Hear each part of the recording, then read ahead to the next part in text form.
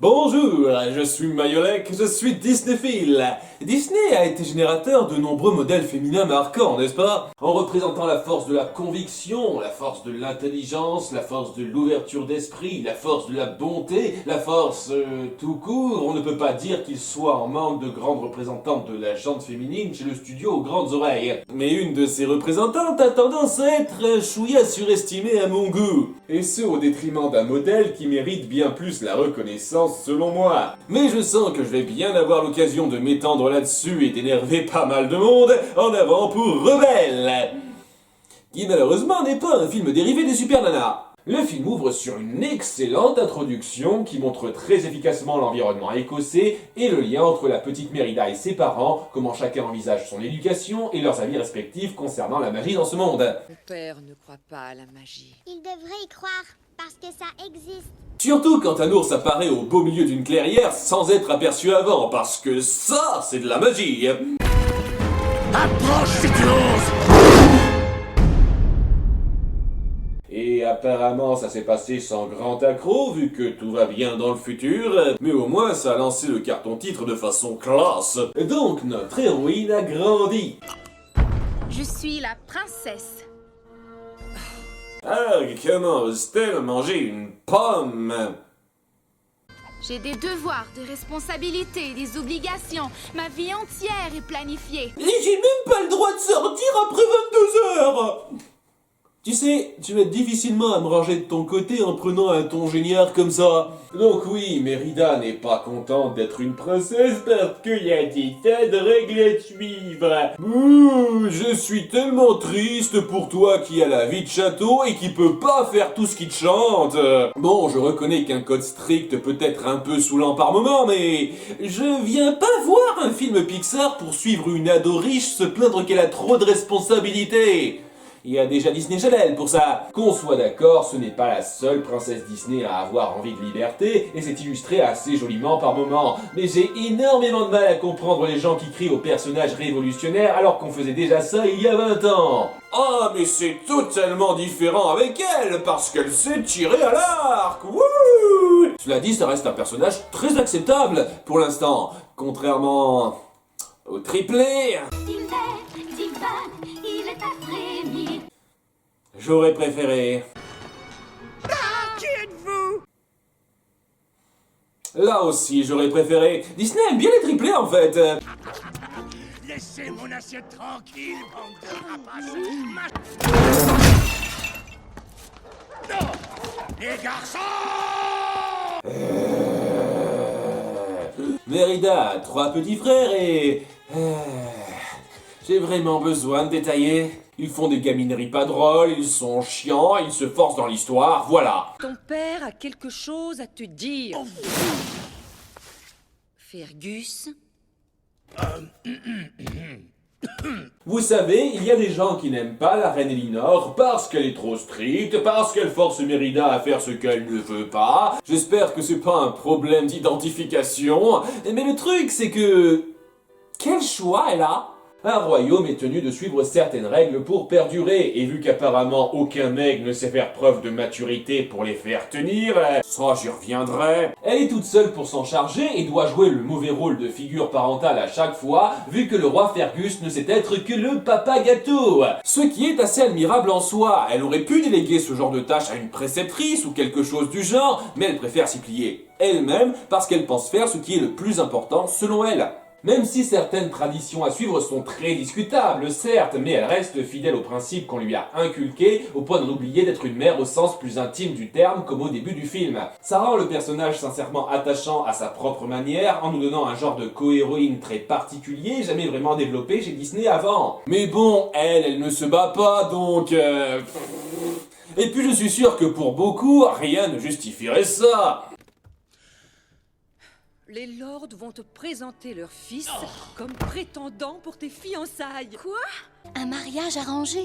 Oui, comme ça se faisait couramment à l'époque. D'ailleurs, c'est comme ça que ta mère et ton père ont fini ensemble. Je comprends tout à fait que cette idée te semble injuste.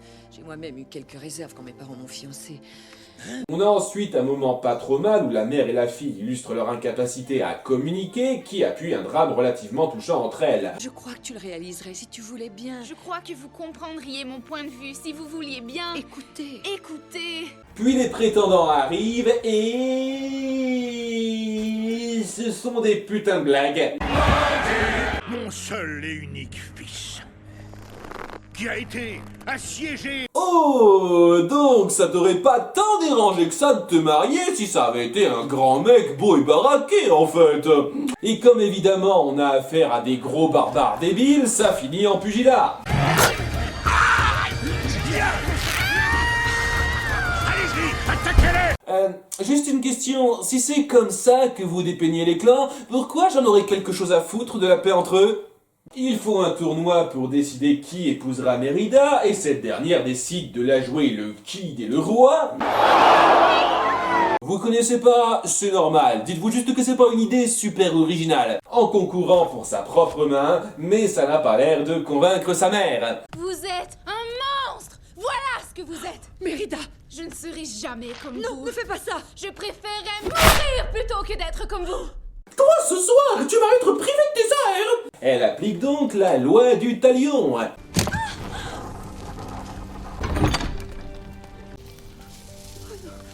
Qu'est-ce que j'ai fait? Je ne pourrai jamais remplacer cet arc. Enfin si, très facilement en fait. Elle au moins, elle éprouve des regrets. Mérida, quant à elle, se met en mode fugue. Et elle tombe sur des feux follets qui la conduisent à une étrange demeure. Oh, jetez un coup d'œil. Si vous voyez quelque chose qui vous plaît, dites-le-moi. J'ai fait des produits dérivés des frères des ours.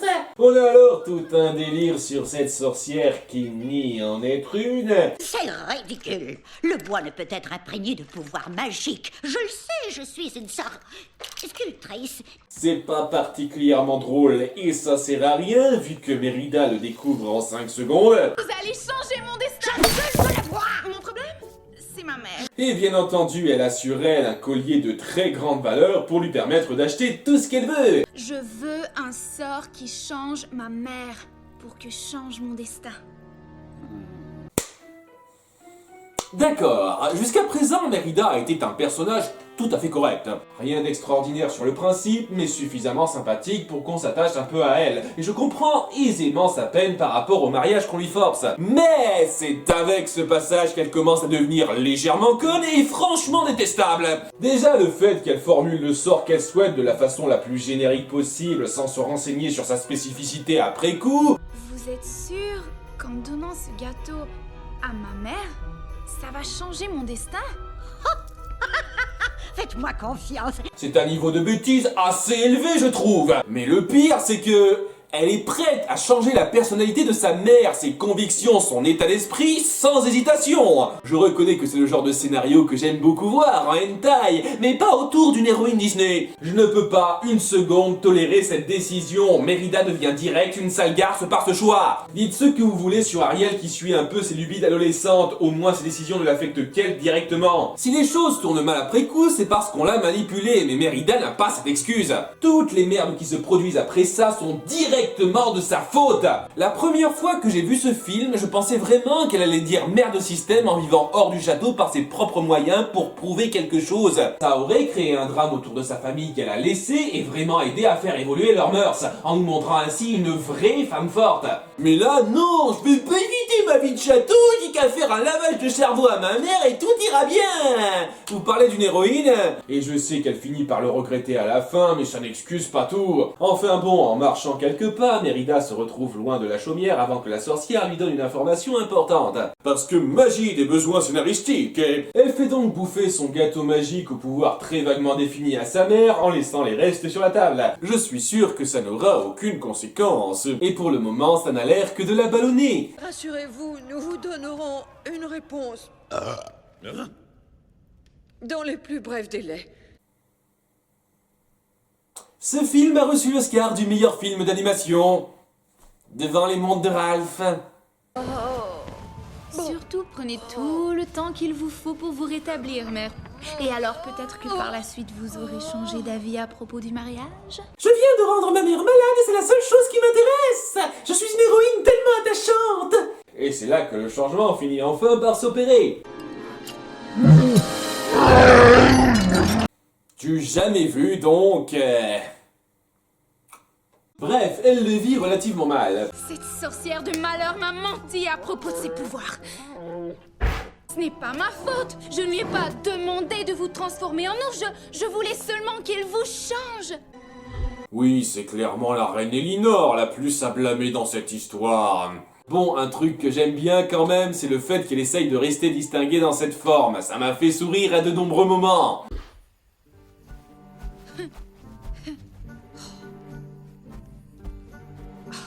Mais le roi Fergus sent l'odeur de l'ours, parce que bien entendu qu'il peut faire ça, et nos deux héroïnes doivent s'échapper avec l'aide de complices. Une sorcière a transformé maman en ours, ce n'est pas de ma faute. Il faut qu'on sorte du château. D'accord. Je vous donnerai mon dessert pendant 2-3 semaines. La vie de votre mère est en jeu, mais c'est pas comme si ça pouvait vous motiver. Il est là! Ils arrivent donc à blouser tous les guerriers et à les piéger sur le toit. Ils doivent donc se déshabiller pour descendre et ils se retrouvent cul nus. Oscar du meilleur film d'animation, hein. Et les trois grumeaux mangent le reste du gâteau parce que le film n'a pas fini de me les imposer. Mérida et Elinor retrouvent la maison de la sorcière mais tombent sur son répondeur. Bienvenue à mon atelier de sculpture sur bois, le royaume des statuettes et des figurines en tout genre. T'essayes encore de cacher que tu fais de la magie? Si vous désirez plus d'informations sur les portraits ou les figurines de gâteaux de mariage, versez la fiole numéro 1 dans le chaudron. Bref, dans cette référence moderne hilarante, elle lui donne une façon de renverser le sort avant qu'il ne devienne irréversible. Votre destin peut changer. Avec générosité, retissez les liens déchirés par fierté. Faut toujours que vous soyez cryptique, vous, hein. Et en s'impatientant, elle fait sauter l'endroit. Passez une excellente journée. Toujours tout en finesse, Mérida, sans que ça ne leur fasse rien à elle. Parce que c'est une explosion magique qui ne touche que les objets inanimés. C'est très pratique. Et c'est là qu'on atteint, selon moi, la meilleure partie du film, où nos deux héroïnes sont forcées de traîner ensemble, alors que Mérida a son arc de rechange, donc ouais, le passage où sa mère brûle le premier ne signifie pas grand-chose, et où les deux apprennent à mieux se découvrir et à retisser des liens affectifs dans cette nouvelle situation. En plus de ça, Mérida commence enfin à ressentir un peu de culpabilité, surtout lorsqu'Elinor commence à être prise de pulsions sauvages.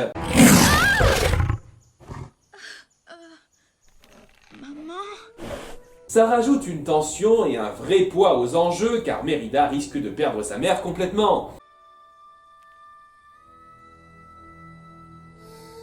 En faisant un détour, on essaye de créer un parallèle entre le méchant ours du début qui était humain autrefois et nos héroïnes pour qu'elles comprennent qu'il faut réparer la tapisserie, ce dont on n'avait pas particulièrement besoin, elles auraient pu le comprendre toutes seules. Et après un moment d'action, ma foi, fort palpitant, elles décident de se rendre au château pour arranger les choses, mais les seuls hommes barbares n'arrivent pas à être en paix. Aucun de vos fils ne mérite d'épouser ma fille! Alors notre alliance est rompue! C'est une déclaration de guerre! T'avais totalement raison, Mérida. Le problème venait uniquement de ta mère. Hein. Donc c'est à notre jeune rousse de démêler la situation.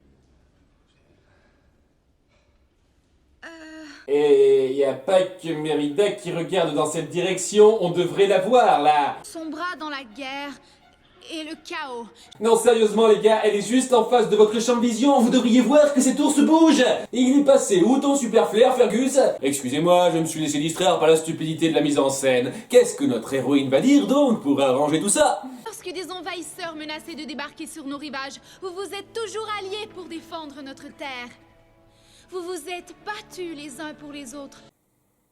Ah oui, le vieux coup du « vous êtes amis, rappelez-vous » et personne d'autre pouvait porter ce discours à part elle. J'ai été égoïste. J'ai créé une grande division dans notre royaume. Et je sais désormais que je dois tout faire pour réparer cette erreur.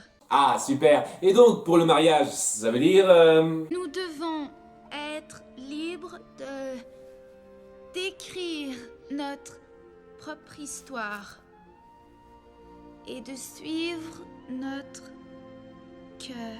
Ah ben comme ça, d'accord. Et ça ne pose de problème à personne, bien sûr, à se demander pourquoi ils en ont fait tout un pataquès. Allons tous à la cave et ouvrons quelques bonnes bouteilles de la réserve privée du roi en guise de célébration. Tout le monde se barre pour picoler et on peut s'occuper de la tapisserie. Retissez les liens. Retissez les liens. Il faut la recoudre. C'est que maintenant que tu comprends cette partie-là. Mais Elinor refait une crise de sauvagerie et c'est à ce moment-là que Fergus découvre la chambre de sa femme en lambeaux. Ça fait une journée qu'elle est montée dans sa chambre sans réapparaître et c'est que maintenant que quelqu'un vient voir, même pas une servante pour lui apporter à bouffer. Donc bien entendu, il interprète les choses de la mauvaise façon, ce qui amène tout le château à prendre Elinor en chasse. Il enferme même Mérida pour sa sûreté. Je vous en supplie, ne faites pas ça. Voilà un travail pour les comiques de service chiant.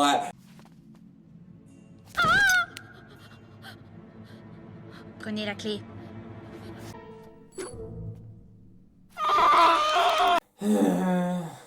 Ah, visez-moi tout ce contraste super bien pensé entre cette poursuite palpitante en pleine forêt et ces gamineries cocasses au château. Vous m'avez complètement agrippé dans l'action, là.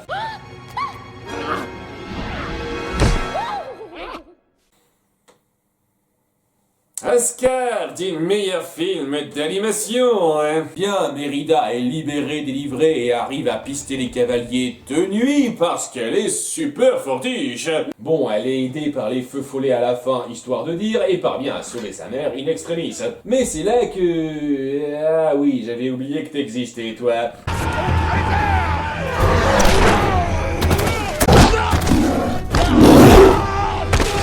Ah ben, vous aurez servi à rien jusqu'au bout, hein. Et c'est là qu'Elinor se lance dans la bataille, et c'est plutôt cool. Ce besoin de protéger son enfant est très perceptible et puissant, et on ressent vraiment toute la violence des coups. C'est une très forte scène d'action en termes d'intensité et d'émotion. Mordu finit par être vaincu, oui, c'est son nom, Mordu. Ça passe beaucoup mieux quand on parle anglais. Et Mérida recouvre sa mère de la tapisserie qu'elle a réparée. J'ai pas souvenir que c'était précisé dans la prophétie qu'il fallait faire ça en plus. Elle aurait normalement dû redevenir humaine une fois la tapisserie recousue. Mais ça ne semble pas faire effet. Vous n'avez jamais cessé de prendre soin de moi. Je veux retrouver ma maman.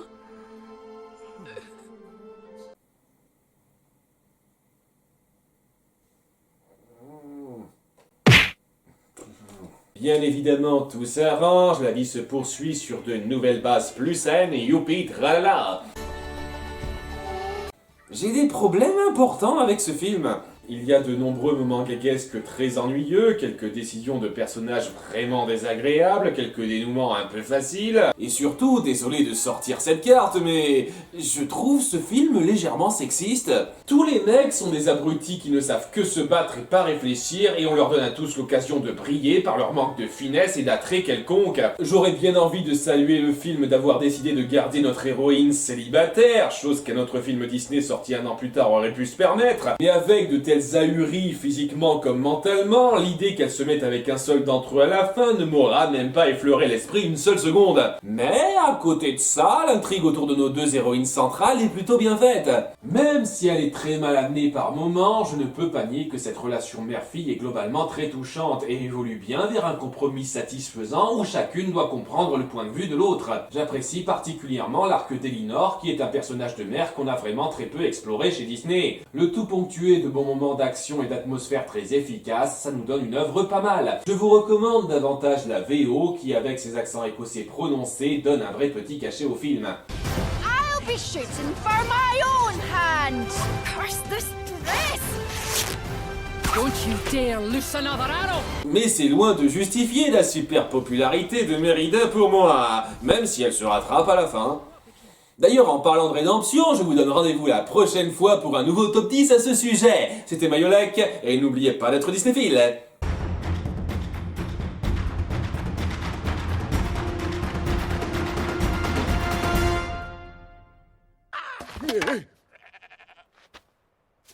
Livraison. Signez ici. Signez ici.